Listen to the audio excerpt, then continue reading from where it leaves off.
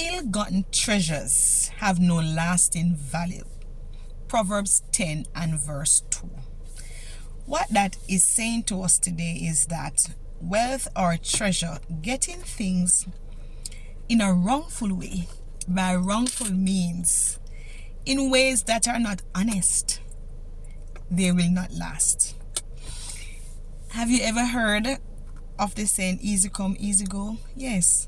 Things that we get easily, especially in secret and which we know we shouldn't do, it has a way of flying away from us like birds.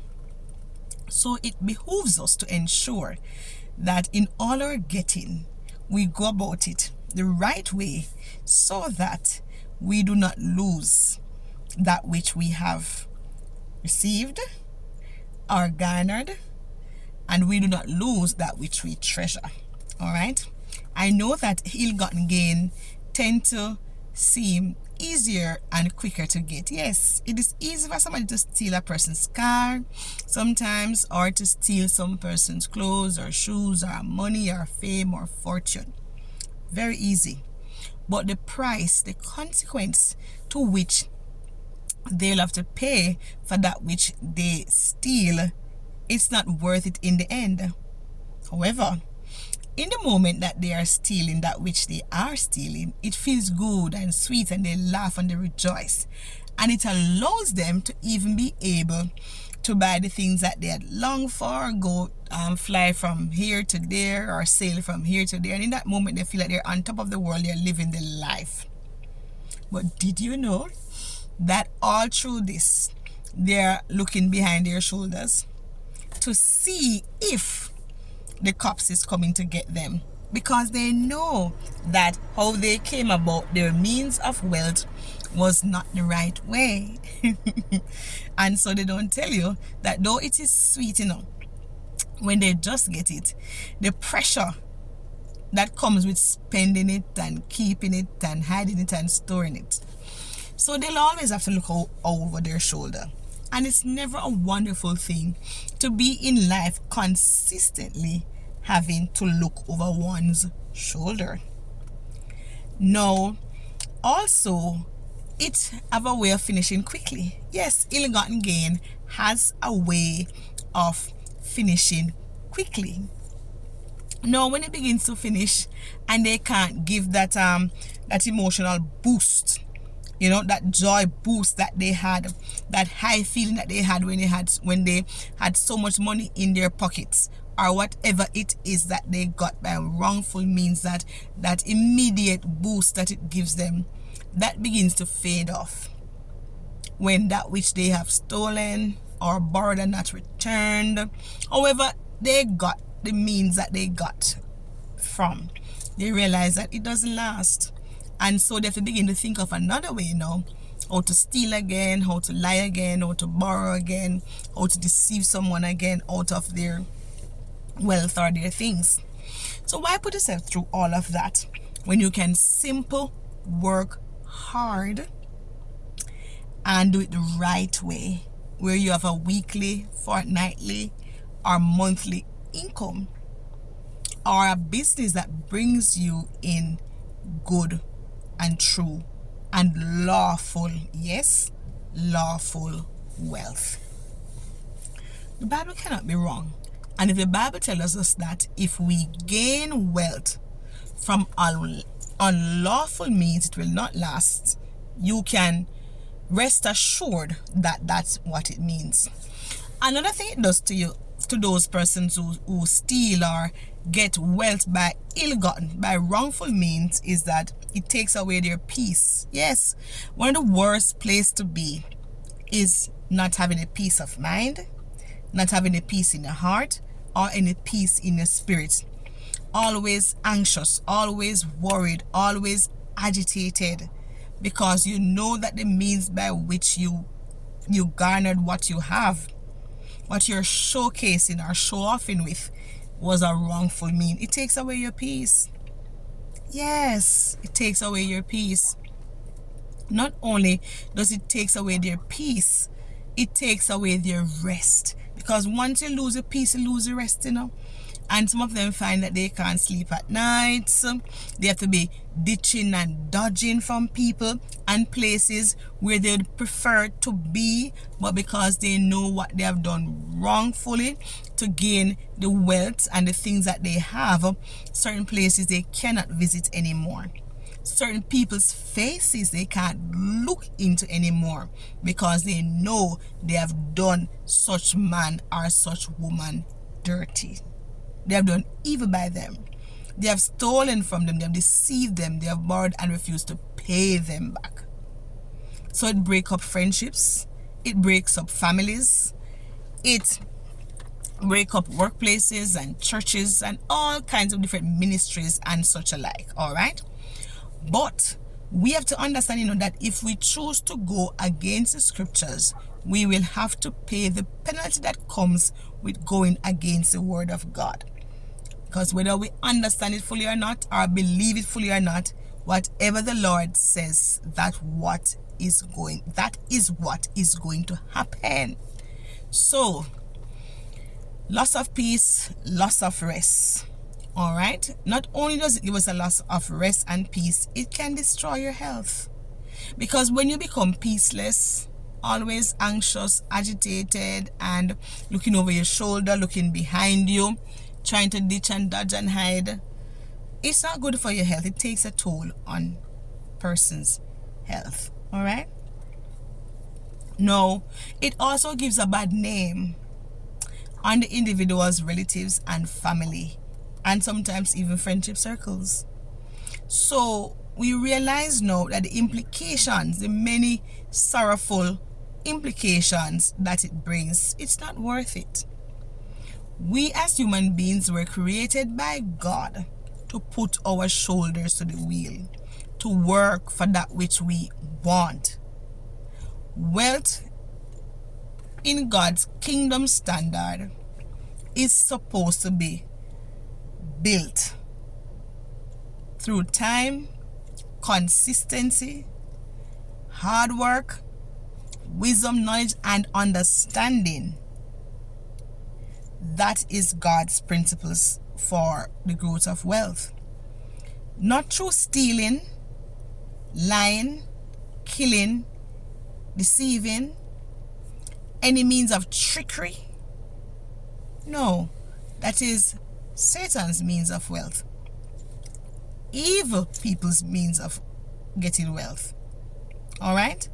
And so, let us not put our hands to things that will bring quick wealth, but can cause us to lose our life as well. Yes, because ill-gotten gain can cause one to lose their life. Somebody's going to get upset. Somebody's going to want reprisal. Somebody is going to want to undo that which you have done, or to give a payback. And a lot of times, some person's family gets shoot up. Some person's family die in so many other means. Some people end up behind bars. Yes, in prison. Why put yourself in a place where, because you refuse to build your wealth based on God's kingdom principles and God's ways, why lose your life? Why spend most, if not all, of your life locked away behind bars in a cage, rather than doing what is right, allowing time and hard work with the blessings and grace and favor of God and mercy of God to help you to fulfill that which you desire? One of the first things we need to master, in order to see ill-gotten gain and leave it alone, in order to see people's things and leave it alone, is to first become self-discipline. Yes, we have to work on our self-discipline. When we learn to discipline ourselves, we will realize that it's not hard to tell ourselves, no, this is not for you. And with practice and time, you work for what you want. Right? So don't put yourself through that stress of getting involved with ill-gotten gain. Don't put your family through that stress either. Don't put your friends through that stress to have to deal with when they hear that you are behind bars for wrongdoing, or you have lost your life for wrongdoing. Don't bring that pain and shame on anyone. Just do what is right and allow God to help you to build your wealth portfolio little by little. One step at a time, one day at a time. So, deny yourself the quick and fast gratification and tell yourself that if it's worth having, it's worth working for. Can I say this again for emphasis? If it's worth having, then it's worth working for. The things that we get by ill-gotten gain or means have wings. Yes, they have wings. Not literal wings, like a bird. Not literal wings, but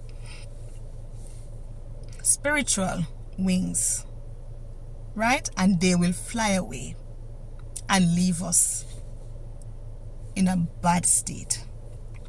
So think about the thoughts that you're thinking about and see how pure or true they are. Will they benefit you in the long run, or are those thoughts there to destroy you? You don't have to come into agreement with your negative thoughts.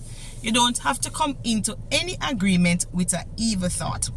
You don't have to agree with any friends. If you have friends in your circle that is pushing you, enticing you, encouraging you, motivating you to join with them to go and tear down or break into somebody's house, say no. You don't want to be a part of that. If you have friends that is telling you to go and do anything at all that will mar your name or your character and those around you, tell yourself this is not the way to go, and put systems in place to safeguard yourself.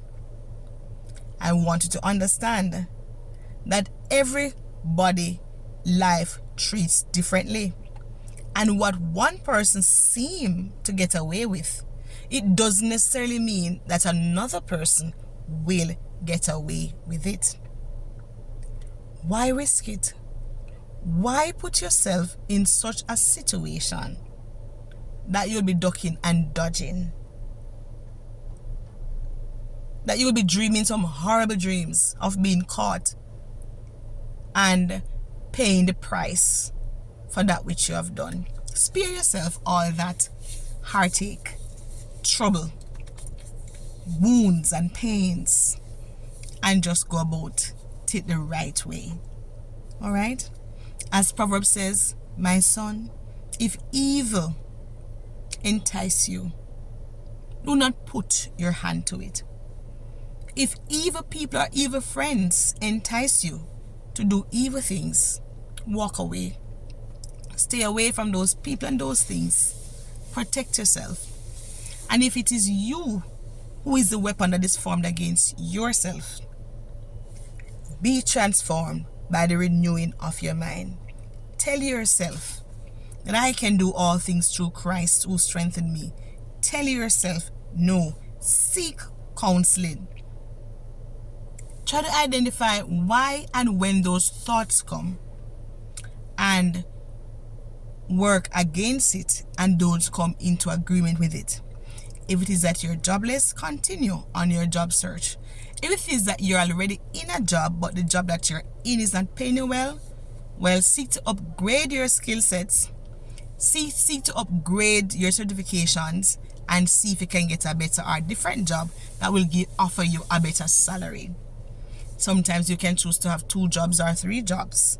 Side hustles, we call them, in order to make up the money that we need. But if it is that your money want to make up so badly, you have to ask yourself, why? Is it that 1, you are living above your means, so you are living higher than you can afford to live, and so you have to take on 2, 3, 4, 5 jobs to pay for the big rent, the big light, the big water, the big name brands that you're wearing, or the big parties that you want to visit, or the look that you want people to see you with. You don't have to. It's not necessary. If you take your time to grow your wealth, you can achieve these things, these same things, but in a good way over time. All right? Over time.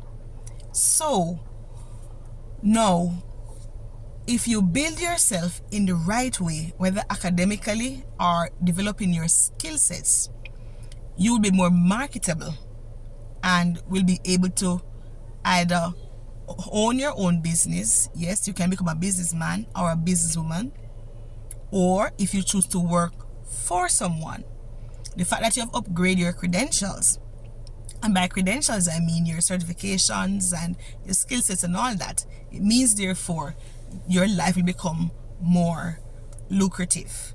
Other persons will want to call on your skill sets and attract you to work for them or work with them or invest in the business that you are promoting. All right? So leave ill-gotten gain alone. You don't have to get involved in that. Proverbs 10 and verse 2 says, ill-gotten gain, wealth gained through wrongful means, will not last. It will be here today and gone in a short moment. In a short moment. All right? Get your wealth in the right way. Allow the time it needs to take its place. Allow for yourself time to grow, develop, and mature into the person you need to become, so that when true wealth comes, good wealth comes, wealth gained through righteous means, you are able to manage it properly. You are able to disperse it properly. You are able to invest it properly. Now, I know for our young people, with age come the spirit of rush. I was once very young in my teenage years and early 20s. I'm far beyond that now. And what I realize when I self-reflect is that there's such a speed that comes upon us as human beings in our teenage years and in our 20s that says we have to accomplish everything right now, quick, or the years are passing. Let me tell you, if that is what you're experiencing now, if that is what you're going through, don't let it push you beyond your capabilities now, and don't let it make you feel, that spirit makes you feel as if you're behind time. Take your time to sow your seeds in life carefully, properly, and timely. All right? Don't be in any big rush to accomplish that which you want to accomplish in such a time that it hurts you in more ways than one. It hurts your health, it hurts your peace, it hurts your sleep, it hurts those around you. Take your time, do your best, and let God do the rest. All right? The important thing is at this point in your earlier years is to keep sowing the seeds that you're sowing right now. Keep investing, keep working, keep saving, keep learning and mastering your craft. Mastering, all right, where you're at. And as you keep mastering your craft, mastering the enterprise that you're in, you will see that you'll come out a cut above the rest. And of course, remember, wealth is not always about money. It's about so much other things. Having good, true, honest, faithful friends, that's wealth. Having a good health, as you eat well, sleep well, that's wealth. Having good family members and relatives that you can lean on and that can rely on you, now that is another form of wealth. Having a high self-confidence, not pride, no, is another form of wealth. Having boldness in a good way is another form of wealth. So wealth is how we look at it. Financial wealth is only one type of wealth. We have emotional wealth, social wealth, psychological wealth, physical wealth, spiritual wealth, and the list continues. All right? So again, remember, Proverbs 10 and verse 2 says, ill-gotten gain does not last. All right? So don't choose to increase in life through wrongful means. Do it the right way, the God-honoring way, and guess what? You will not have to walk and look over your shoulders. No, you will not have to have sleepless nights. You will not have to live in regrets and horror. You will not be sent to prison because of wrongful means. You will not die before your time. All right? When you do it the right way, the returns you will get, which is satisfaction, peace, and joy, and a good example, favor with God and man, are some of the greatest returns you will get when you choose to resist ill-gotten gain. So today, do your best to ensure that everything that you have in your possession and will have in your possession, you would have acquired it through and by the rightful means. All right? Have a good one.